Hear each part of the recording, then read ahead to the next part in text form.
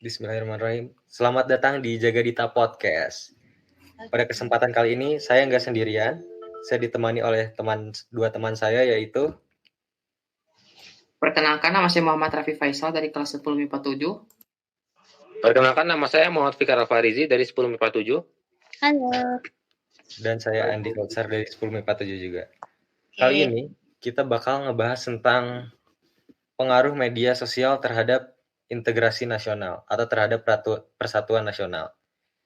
Nah, sebelum ke narasumbernya nih, menurut Raffi dan Fikar sendiri, penting nggak sih media sosial itu terhadap integrasi? Menurut saya sangat penting ya, karena merupakan media sosial juga termasuk platform paling besar di dunia dan pasti berpengaruh juga terhadap integrasi sosial. Oke, kalau menurut Fikar?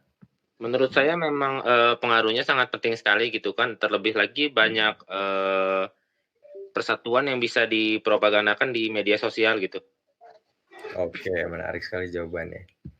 Nah, kita bertiga ini akan kedatangan salah satu narasumber, bintang tamu yang sangat spesial, seorang guru BK dari SMA 3. Boleh Ibu perkenalkan diri, Ibu? Oke, bismillahirrahmanirrahim. Assalamualaikum warahmatullahi wabarakatuh. Waalaikumsalam warahmatullahi wabarakatuh. Waalaikumsalam warahmatullahi wabarakatuh.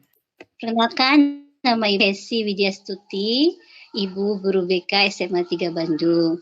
Ibu latar belakang pendidikannya sarjana psikologi. Lalu Ibu bertugas sehari-hari di SMA 3 Bandung. Nah, ini ceritanya podcastnya tentang apa ya? Podcast kita ngebahas dampak media sosial terhadap persatuan Indonesia. Oh, itu dampak media sosial, integrasi sosial apa integrasi nasional tadi ya? Integrasi nasional. Oh, integrasi nasional. Oke, ada definisinya nggak integrasi nasional? Atau itu sama dengan persatuan Indonesia juga? Sebenarnya integrasi itu kayak pembauran, mirip-mirip sama persatuan nasional sebenarnya, Bu. Nah, Nah, saya ada pertanyaan, Ibu. Kalau menurut Ibu, seberapa berpengaruh sih media sosial secara general dulu deh di kehidupan kita sekarang ini, Bu? Wah, sangat berpengaruh ya sekarang. Kayaknya karena hampir sebagian besar rakyat Indonesia sekarang, malah kalau nggak salah dulu ya waktu pas masih Facebook nih ya, kan kita pengguna media sosial terbesar juga ya, karena kebetulan memang kita juga negara penduduk terbesar juga kan di dunia setelah Cina, India, Amerika ya baru kita ya. Jadi makanya itu kan paling mudah, media sosial itu paling mudah diakses gitu kan, nggak sulit-sulit, sampai yang berpendidikan rendah pun gitu kan bisa mengaksesnya. Jadinya memang tidak melihat strata sosial ya, akhirnya bisa digunakan oleh semua orang. Makanya tadi pertanyaanmu apakah berpengaruh? Sangat berpengaruh. Semua berita-berita kan orang, apalagi kalau orang yang awam tidak paham ya mana yang hoax, mana yang valid ya gitu. Ya, bisa jadi berita-berita hoax itu yang akan membuat disintegrasi kan, disintegrasi nasional, disintegrasi bangsa gitu kan. Banyak berita-berita yang membuat mereka malah menjadi banyaknya kecurigaan, lalu prejudice ya namanya ya kalau di dalam bahasa psikologinya, prasangka yang harusnya apalagi di bangsa Indonesia yang sangat beragam agama, budaya, suku bangsa gitu ya, itu betul-betul berpengaruh sekali. Begitu sih kalau secara global Ibu lihat. Ya, secara generalnya berarti menurut Ibu nih media sosial ini pengaruhnya besar banget ya Bu ya, buat bukan cuma buat kalangan atas doang tapi buat semua kalangan sampai kalangan bawah pun sangat berpengaruh nih. Dan kayak yang Ibu udah mention tadi, di media sosial nih banyak orang yang nggak bisa ngebedain yang mana hoax, yang mana yang bukan hoax. Nah, kalau dari itu sendiri berarti menurut Ibu kita harus berhati-hati nggak sih dalam penggunaan media sosial ini, Bu? Betul. Harus ada punya etika netiket namanya, etika berinternet ya. Nah itu yang Ibu tidak tahu apakah kalian sudah mendapatkannya di sekolah atau tidak, atau kalian mencari sendiri bagaimana mau punya etika. Karena kepeleset sedikit, aduh Ibu punya contoh kepeleset sedikit anak-anak itu menjadi masalah besar. Itu hanya di kalangan kecil ya. Anak-anak di kalangan sekolah gitu kan, dengan kata-kata yang katakanlah mungkin ya itu tadi satu, apalagi ada undang-undang ITE ya, itu akan terkena undang-undang itu gitu kan ya, walaupun ya kita tahu sendirilah sekarang kalau misalnya masukkan ke kepolisian, dilihat dulu siapa yang melaporkan ya. Gitu kan. Masih ada diskriminasi gitu kan, tapi tetap saja kita harus waspada, apalagi sebagai pelajar, dianggapnya terpelajar, sudah mengetahui tentang banyak pengetahuan, harus sangat berhati-hati. Kita harus mencari sendiri, aware, sadar bahwa kita sebagai pelajar harus punya etika dalam berinternet. Itu sih. Iya. Nah, kalau dari Ibu sendiri nih, ada nggak tips atau gimana sih cara kita beretika dalam media sosial? Dari cara kita menerima informasi dulu deh, yang gimana cara kita mau filter informasi itu biar kita juga nggak kemakan hoax dan juga nggak menyebarkan hoax juga gitu, Bu.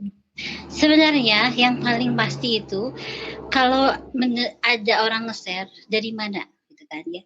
Ini sumbernya ya, Bu ya. Sumbernya betul. Kita harus tahu dulu ini situsnya, webnya dari pemerintah apa tidak gitu ya. Atau itu hanya diteruskan gitu kan tanpa ada sumber yang valid ya gitu kan. Ya. Yang bisa kita betul-betul dicek kebenarannya gitu kan. Jadi itu yang pertama. Yang kedua, tentu saja kita sebagai seorang pelajar harusnya kan bisa tahu mana sih ini yang berbentuk propaganda misalnya ya, mana yang ini menyebarkan kebencian misalnya gitu ya. Kita harus sudah tahu sebenarnya, apalagi ya kalau kita pelajar ya. Tentu saja kalau dari dari masyarakat awam, intinya kita memfilternya dari agama sih ya, sebenarnya ya. Dari agama, kalau misalnya ini, kita kan punya hati nurani ya. Kita kita dikarunia Allah tuh hati nurani. Kita harus bisa hati nurani kita jalan ketika membaca media sosial. Ini kira-kira kalau aku teruskan ke orang lain, bikin heboh nggak ya? Gitu ya. Kalau dari agak awam nih ya, gitu. Kalau dari kalian mah harus ada betul-betul sumbernya, harus tahu. Kamu ngecek ke website aslinya, bener nggak ini yang diteruskan sama orang-orang? Ya orang kadang-kadang cuma copy pastean tanpa menyebutkan sumber aslinya. Kita yang harus mencari gitu kan. Apalagi kalau itu berkali-kali diteruskan gitu kan. Itu ya kalau dari penyaringan informasi. Kalau dari kita sebagai pengguna, yang pasti jangan mengumbar problem pribadi di media sosial. Kalau kata Ibu begitu. Itu membuka aib sendiri ya, apalagi membuka aib orang lain gitu kan. Nggak boleh. Orang lain jadi tahu kita sedang sedih, sedang gembira, nggak usah deh kalau kata Ibu Maya. Ibu bukan pengguna media sosial aktif, Ibu silent reader. Jadi hanya melihat gitu, mengamati gitu kan ya. Tapi Ibu bukan pengguna sosial yang suka betul-betul pengen update status ya. Segala macam diupdate gitu, enggak. Ibu bukan. Biarlah kalau misalnya Ibu punya tulisannya bagus, Ibu yang membuat, atau itu misalnya di-share memang harus bagus untuk di-sharekan karena misalnya linknya memang dari Kemendikbud misalnya, karena Ibu seorang guru ya. Nah itu baru Ibu share. Tapi kalau untuk yang ya receh-receh lah ya, kalau istilah anak sekarang ya gitu kan, nggak akan Ibu share. Jadi kita harus betul-betul memfilter diri, jangan gunakan media sosial untuk mengupdate status kita, mengumbar masalah-masalah pribadi. Itu saja sih kalau Ibu. Oke, ada lagi? Oke, Bu. Mungkin dari teman-teman saya yang lain. Dari Fikar mungkin ada yang mau ditanya ini, udah on mic. Ya, saya mau bertanya nih Bu. Ibu pernah nggak sih Bu melihat postingan yang benar-benar melanggar etika dalam bermedia sosial gitu Bu? Banyak sih ya, kalau lihat kayak gitu banyak sekali kan. Hanya itu tadi sih ya, kalau di media sosial itu kan sebenarnya kita bisa memilih ya, siapa yang dipilih untuk kita ikuti gitu ya, siapa yang tidak kita ikuti ya.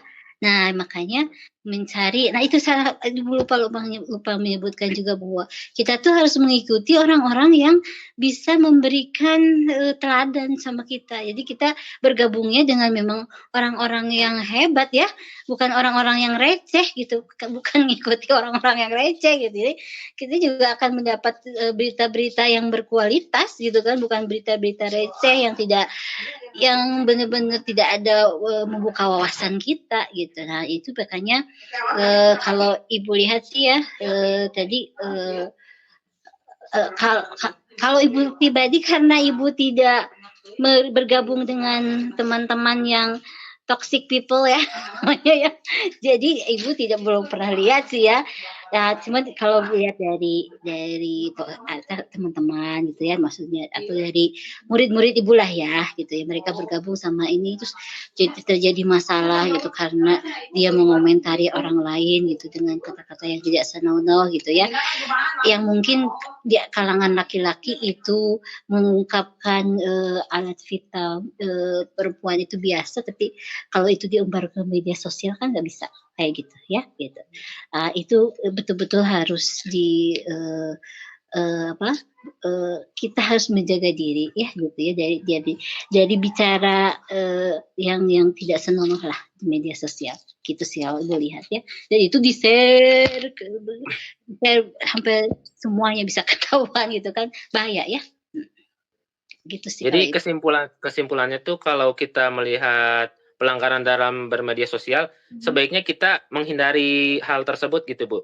Betul, maksud Ibu mendingan unfollow aja orangnya. Ya, unfollow aja seperti itu. Ya, baik. Lalu menurut Ibu sendiri tuh, menurut Ibu sendiri, apakah penggunaan media sosial itu menjadi wadah yang efektif untuk menumbuhkan persatuan integrasi atau malah justru menghambat Bu?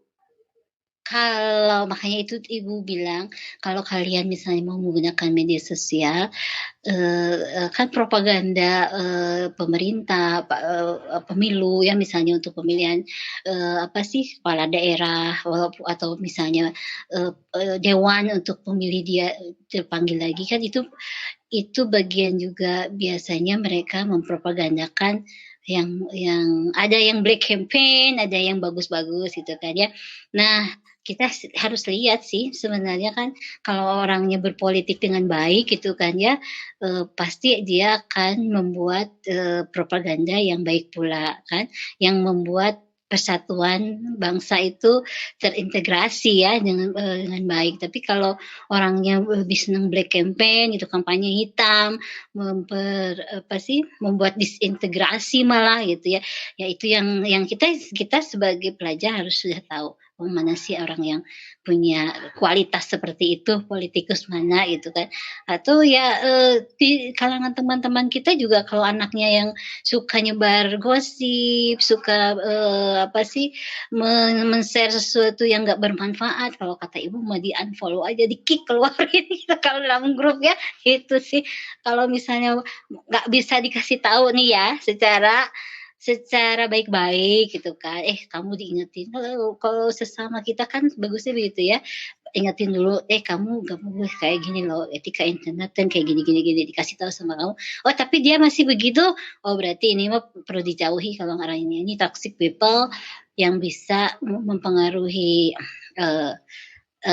berarti dia udah nggak mau berubah gitu kalau kata Ibu ya kan, bukan tugas kamu juga merubah dia gitu kan.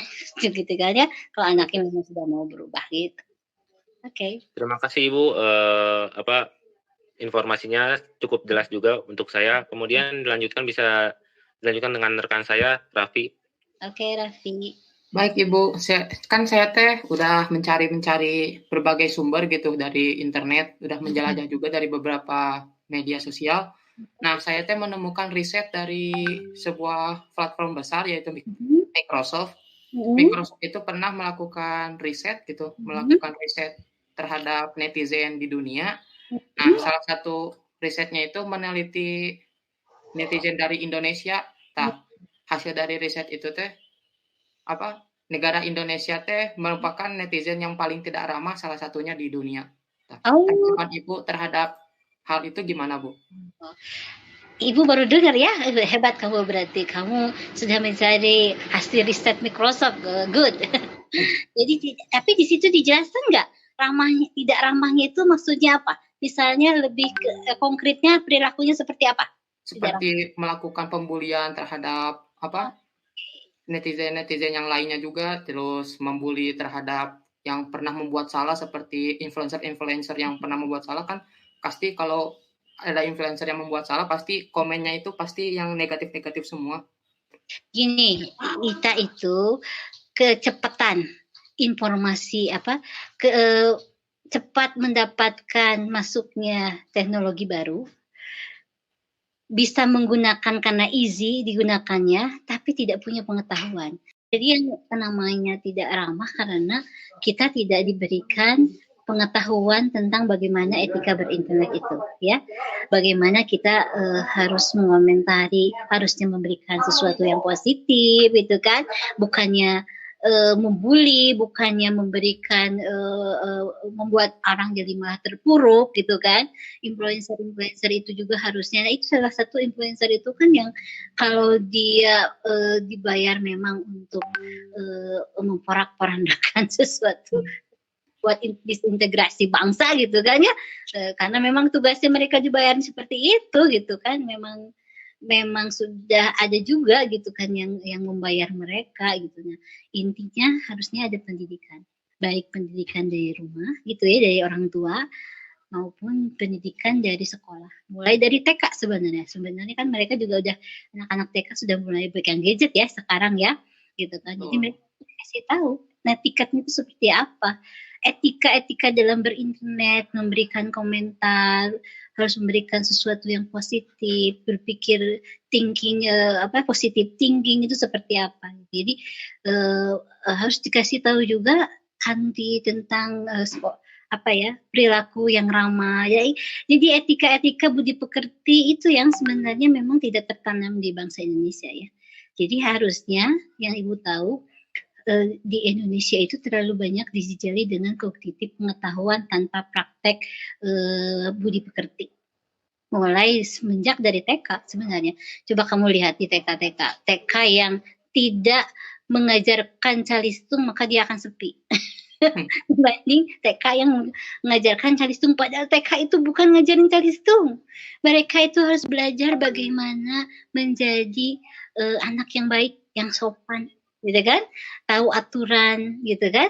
Nah, itu bersosialisasi dengan teman, bagaimana menjaga biar tidak sering bisa berempati kepada temannya, tidak rebutan ketika main gitu ya. Itu di TK.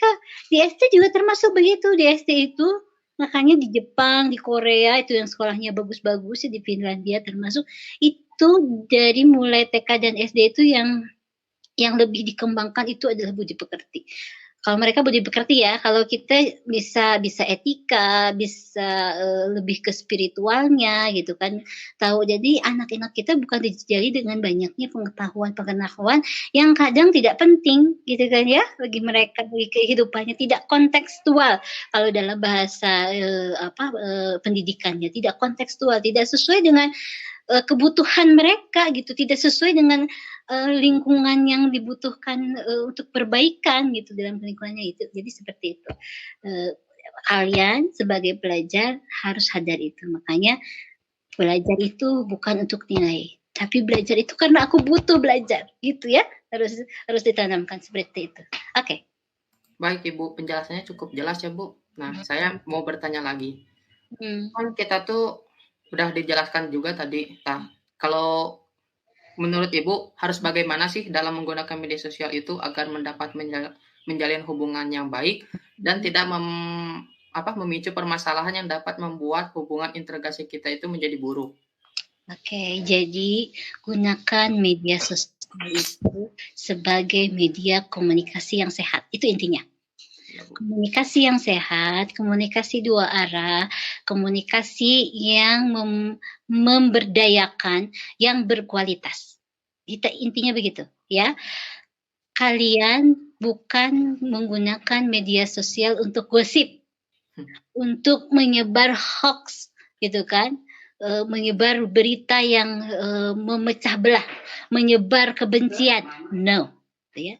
Tapi gunakan itu untuk menyebarkan kebaikan, ya, berlomba-lomba dalam kebaikan, karena kan memang sebenarnya media sosial itu luas ya jangkauannya, ya. Gitu ya, ketika kamu mau menyebarkan ilmu kamu, menyebarkan kebaikan-kebaikan, praktek-praktek baik kamu, bisa bukan artinya sombong ya, gitu kan.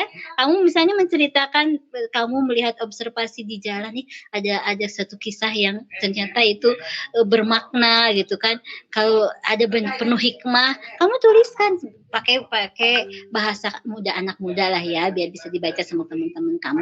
Bukan menyebar fitnah, terus kejelekan teman kamu yang akhirnya menimbulkan prasangka, malah akhirnya jadi tempat ajang untuk membuli dia gitu ya. Jadi itu betul-betul harus dihindari. Jadi sekali lagi, jadikan media sosial itu untuk tempat berkomunikasi secara sehat, secara kualitas, menyebarkan kebaikan. Gitu kalau kata Ibu. Baik Ibu, terima kasih atas penjelasannya. Oke.